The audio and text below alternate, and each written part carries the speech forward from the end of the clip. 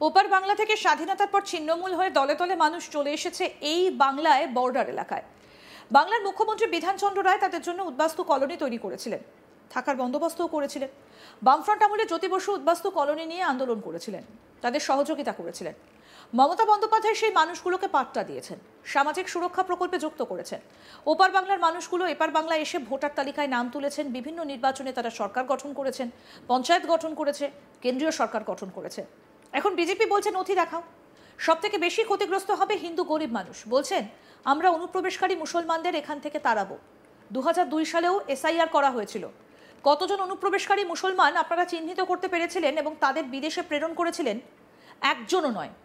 তার মানে শুধুমাত্র ধর্মীয় বিভাজন তৈরি করে প্রকৃত গরিব মানুষ, প্রকৃত ভোটারদের নাম বাদ দেবার চক্রান্ত করছে এসআইআর এর মাধ্যমে কেন্দ্রীয় নির্বাচন কমিশন। পেছনে রয়েছে কেন্দ্রীয় সরকার, তার পেছনে রয়েছে বিজেপি। তাই আমরা বিরোধিতা করছি এসআইআর এর বিরুদ্ধে লড়াইয়ে কংগ্রেস এবং বাম সরকারের উদাহরণ টেনে নির্বাচন কমিশন ও বিজেপি সরকারকে আক্রমণ রাজ্যের মন্ত্রী স্নেহাশিস চক্রবর্তীর। কি বলছেন মন্ত্রী, আসুন শোনাই আগে আপনাদের। আজকে ওপার বাংলা থেকে স্বাধীনতার পর ছিন্নমূল হয়ে দলে দলে মানুষ চলে এসেছে এই বাংলায়, এই বর্ডার এলাকায়। নদিয়া, 24 পরগনা, দক্ষিণ 24 পরগনা জুড়ে তারা বসতি স্থাপন করেছে। বিধানচন্দ্র রায় তিনি বাংলার মুখ্যমন্ত্রী ছিলেন, তাদের জন্য উদ্বাস্তু কলোনি তৈরি করেছিলেন, থাকার বন্দোবস্ত করেছিলেন। বামফ্রন্ট সরকার যখন ছিল, জ্যোতি বসু তিনিও উদ্বাস্তু কলোনি নিয়ে আন্দোলন করেছেন, তাদের সহযোগিতা করেছেন। মমতা বন্দ্যোপাধ্যায় সেই মানুষগুলোকে পাট্টা দিয়েছেন, সামাজিক সুরক্ষা প্রকল্পের মধ্যে যুক্ত করেছেন, উদ্বাস্তু কলোনি ডেভেলপমেন্ট করেছেন এবং সেই মানুষগুলো এই বাংলায় এসে তারা ভোটার তালিকায় নাম তুলেছে। বিভিন্ন নির্বাচনে তারা সরকার গঠন করেছে, পঞ্চায়েত গঠন করেছে, কেন্দ্রীয় সরকার গঠন করেছে। এখন বিজেপি বলছে নথি দেখাও। কোথায় পাবে নথি? সব থেকে ক্ষতিগ্রস্ত হবে কারা? হিন্দু গরিব মানুষ। শুভেন্দু অধিকারী আপনারা বলছেন অনুপ্রবেশকারী, আমরা মুসলমানদের এখান থেকে তাড়াবো। আমি একটা প্রশ্ন রেখে যেতে চাই, অমিত শাহের কাছে একটা প্রশ্ন রাখতে চাই, নরেন্দ্র মোদীর কাছে প্রশ্ন রাখতে চাই। 2002 সালে আপনারা এসআইআর করেছিলেন, কতজন অনুপ্রবেশকারী মুসলমান আপনারা চিহ্নিত করেছিলেন এবং তাদের বিদেশে প্রেরণ করেছিলেন? একজনও নয়। তার মানে শুধুমাত্র ধর্মীয় বিভাজন তৈরি করে বাংলার প্রকৃত গরিব মানুষ, প্রকৃত ভোটারদের নাম বাদ দেওয়ার চক্রান্ত করছে এসআইআর এর মাধ্যমে কেন্দ্রীয় নির্বাচন কমিশন। পেছনে রয়েছে কেন্দ্রীয় সরকার, তার পেছনে রয়েছে বিজেপি দল। তাই আমরা বিরোধিতা করছি। আজকে অসমে যখন এনআরসি হলো, সেই এনআরসিতে 19 লক্ষ মানুষের নাম বাদ গেল। 12 লক্ষ হিন্দু ট্রাইব্যুনালে তারা মামলা করলো নিজেদের প্রমাণ করার জন্য। আজকে 6 বছর অতিক্রান্ত হয়েছে, 19 লক্ষ মানুষ ডি ভোটার হয়ে গেছে। তারা বিভিন্ন সুযোগ সুবিধা থেকে বঞ্চিত আছে, কিন্তু মাত্র 3 জন নাগরিকত্ব পেয়েছে। 19 লক্ষ মানুষই আজও কিন্তু তাদের কোনো সুরা হয়নি। আর 2 মাসের মধ্যে এসআইআর করে আজকে তাদের ভোটার তালিকায় নাম তোলা, এটা অসম্ভব এবং এটা অবাস্তব।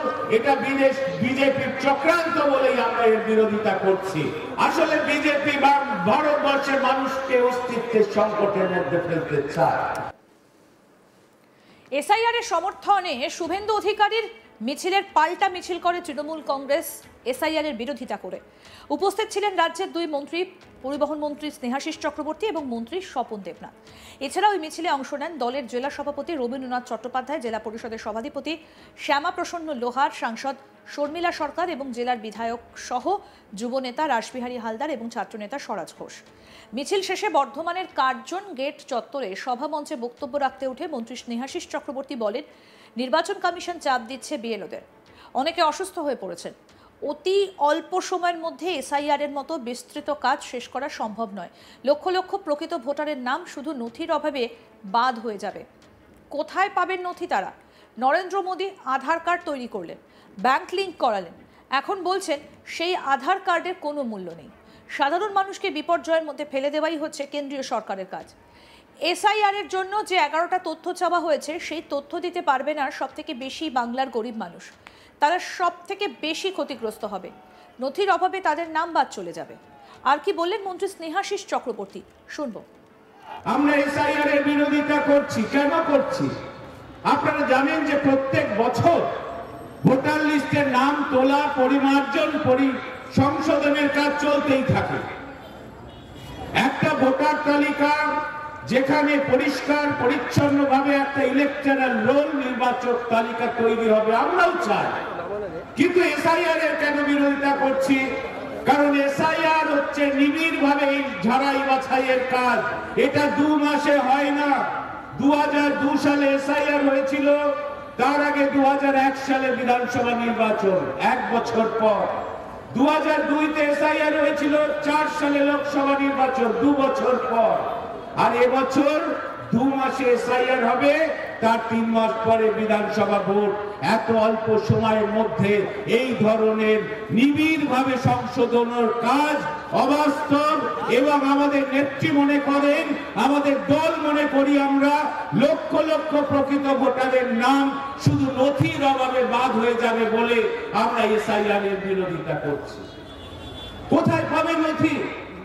আধার কার্ড তৈরি করলেন নরেন্দ্র মোদী, সারা ভারতবর্ষের মানুষকে আধার কার্ডের সাথে বিভিন্ন ব্যাংক লিংক করালেন। এখন বলছে এই আধার কার্ডের কোনো মূল্য নেই পরিচয়পত্র হিসেবে।